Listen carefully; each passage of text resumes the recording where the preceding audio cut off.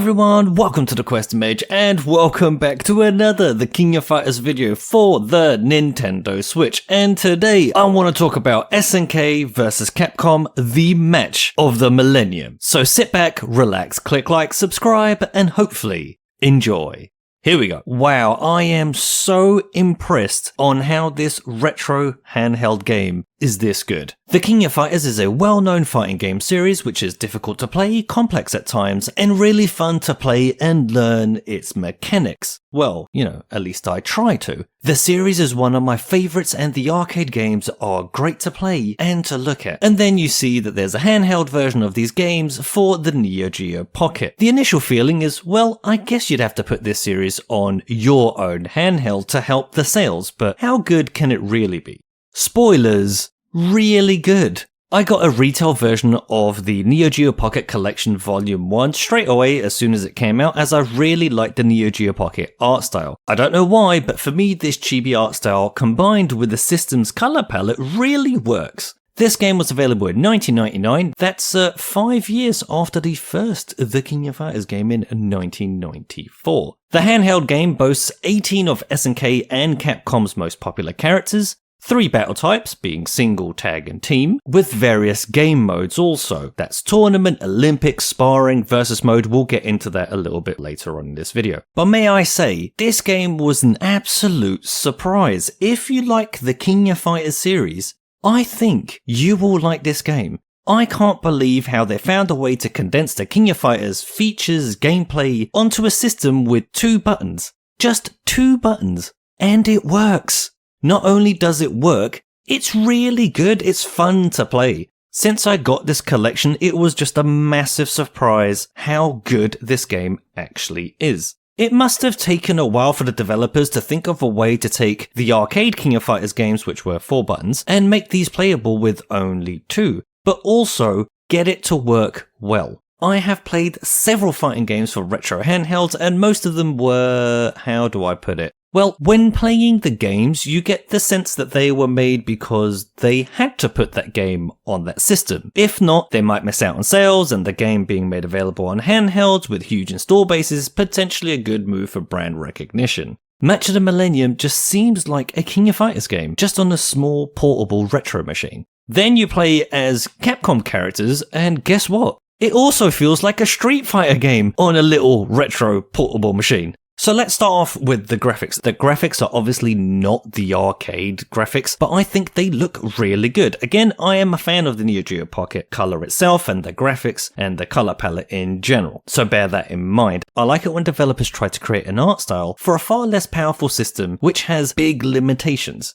Limitations leads to creativity. The saturation really comes through, it's bright, it's colourful, it's just overall the art style for me works really well. Controls wise, like I said, there are 2 buttons, that's the A and the B button. Whilst doing a special move, if you tap one of these buttons, it will do the weak version of that move, but if you do the same thing but hold down the button, it does a strong version. On screen, you should be seeing something to reflect that. Obviously, the weak moves deal less damage than its strong counterpart, but the moves themselves also have different areas of attack. The weak moves attacking a small area, and the strong moves attacking a bigger area. When I first noticed this, it was mind-melting. I couldn't believe that this was a thing on a Neo Geo Pocket. Overall, I think the controls work pretty well. I will say that if you're playing it on the Nintendo Switch like I was, the Joy-Con might not be the best controllers for you to use. I suggest using something with an overall better D-pad. I myself use the 8BitDo M30 or an arcade stick.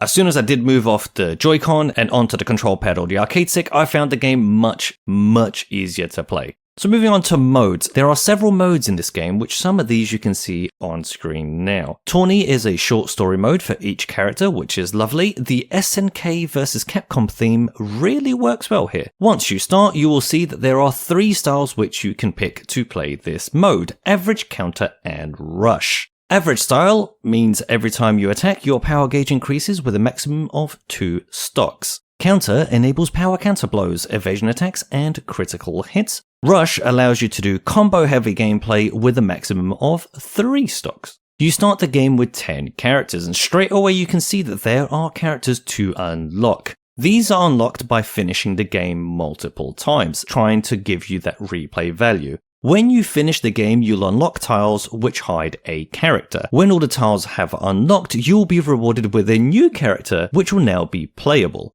I did think about putting some footage up on screen for you, but I didn't want to spoil anything, so I just left it as it is. Next is Versus Mode, which I think is self-explanatory, and then Olympic Mode. As the name suggests, the SNK vs Capcom Olympics. That's right, the SNK vs Capcom Olympics, where you will play mini games to see who gets loads of medals and wins from each franchise. This mode also unlocks a hidden move for each character in the game. So this game I think does a really good job of rewarding you no matter how you play it. There are 3 team events. You have Survival, Time Attack, and First Blast. Survival, defeat as many foes as possible with 1 health bar. I think it's limited to 100. Time Attack, beat 5 opponents as fast as you can, and then you have First Blast, face 10 opponents in a 1-hit win rule set. And then we have 4 individual events, and out of these 4, 2 of these are limited to SNK characters and 2 are limited to Capcom ones. You won't be able to mix and match characters for each one.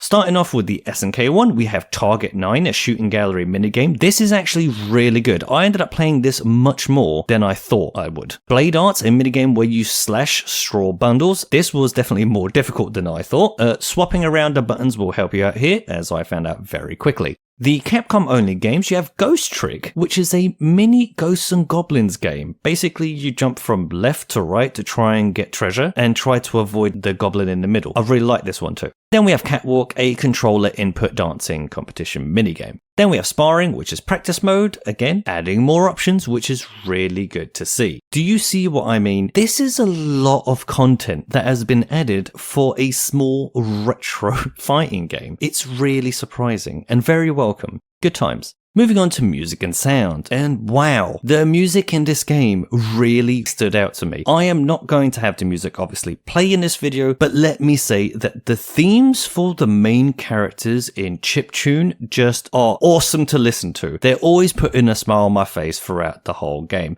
Sound-wise, no voice acting, just loads of chirps and little tones here and there, but I think altogether it works pretty well. Now, second to last, we have options, and options-wise, this game has a few. We have the difficulty settings, which go from novice, easy, normal, hard, brutal, and gamer. This is definitely a 90s game. I think the game was in normal the first time I played it, and I played it all the way to the end, and the last battle I just could not get past it. So I had to change the difficulty from normal down to, I think, easy, and this made it, well, obviously, easier for me to get past the last boss, but it did seem incredibly hard at whatever level this game was set at by default. Then we move on to time limit, which is self-explanatory. Then we have stage select. So start from a stage you've already finished. That's really nice. If you've got to that stage, just start right from there. Then we have auto power off. I don't really know what this does. I have no idea. Then we have BGM, where you can hear the music and sound effects from the game. I really miss this feature in modern games. They should bring this back. I like this idea.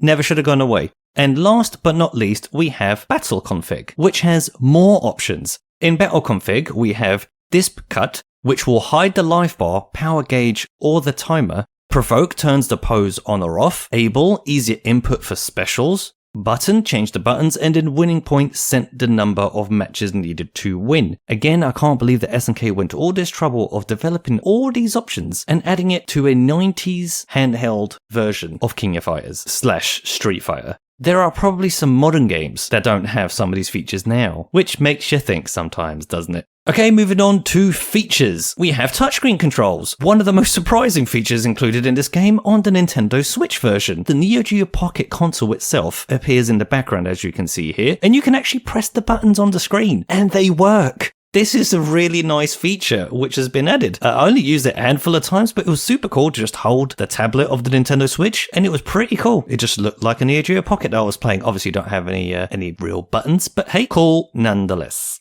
Wallpapers. We have a few wallpapers which I'll be scrolling as I'm talking about them. They are the Neo Geo Pocket consoles themselves, and you can also have nothing in the background if you just want to see the gameplay only. Worth mentioning is the size of the player area can actually be zoomed in considerably when you're playing it on Nintendo Switch, and that's both in handheld or in docked mode. So it zooms in quite a bit, as you can see here, and this is actually a really helpful feature when you're playing, sitting down on a sofa, looking at your big TV. I'd also like to mention this game has a sort of scanline filter that you can toggle on or off. If your game starts off really dark, this is why. Go into the menu, switch it to off. And now some quick ones. The game has a 43-page digital manual, which is really nice. You have all the movesets and stuff like that in there. You can view the game box and the cart in full 3D, and you can just rotate it around and look at it, which is something that's different, and I really, really like this. A neat little detail that I found is if you change the region here, it will actually change the box to match the region, which is great. Then in the game, you'll also see you have this option here to change it from color to new color to black and white. Now, these three options are three different handheld systems that came out. The black and white was obviously a monochrome version of the Neo Geo Pocket, then that came the color, and then the new color. The really cool thing to see is that I tried to play this game in all three. When I tried to play it in black and white, I saw some screens like this. Now, they didn't have to do this, but this is really cool. I really like this. If you have this game, go back and look at it. It's worth having a look. It'll give you a bit of a chuckle. If you don't have the game already, don't you think this is a good little tidbit? I love the fact that these things were made back then, and they've actually been brought forward to the digital version of the game. They didn't have to do it, but they did it. This is really nice. Lastly, as you've probably guessed, I think this game is pretty good. I'm surprised how much I enjoyed this game and how much value it actually included in it. It looks good. It plays well. Again, better if you're playing it on a pad or an arcade stick. And yes, I used an arcade stick for a Neo Geo Pocket game, and it was pretty good. The chiptune style music is nice to listen to, and overall, I had a really good time with this game. It was really fun to play it. Like I said earlier, it's like a King of Fighters game and a Street Fighter game put into a little retro handheld. Now, as I said earlier, I got this as part of the Neo Geo Pocket Color Selection Volume 1 at retail.